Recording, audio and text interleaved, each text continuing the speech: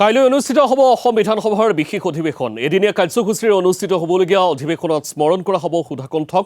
ডিব্ৰুগড় বিমানবন্দৰৰ নতুন নামকৰণক লৈও সদনত প্ৰস্তাৱ গ্ৰহণৰ সম্ভাৱনা আছে।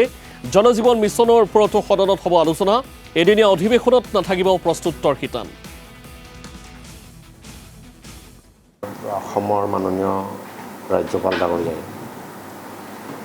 অহা 9 তাৰিখ অৰ্থাৎ মানে কালিৰ পৰা 9:30 পৰা অসম বিধানসভাৰ চেম্বাৰত এদিনীয়া সেশন আহ্বান কৰা হৈছে আৰু উক্ত সেশনত আমাৰ গভৰ্ণমেণ্টৰ পৰা এটা ৰিজলিউশ্যন ইতিমধ্যে পোৱা হৈছে।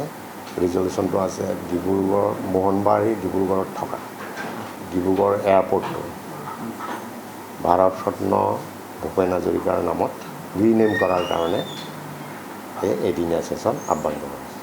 মূলতঃ এইটো তাৰ উপৰিও আমাৰ আণ্ডাৰ ৰুল 50 জলজীৱন গভৰ্ণমেণ্টৰ জলজীৱন PSC ডিপাৰ্টমেণ্টৰ এটা আলোচনা অনুষ্ঠিত হ'ব। এইটো প্ৰপ'জেল এইটো ৰিজলিউশ্যনটো শেষ হোৱাৰ পিছত এই 2.5 ঘণ্টা ধৰি আলোচনা হ'ব আৰু তাৰ লগতে আৰু আমাৰ 0 আৱাৰ্ছ আহিব, 54 আহিব, 301 আহিব।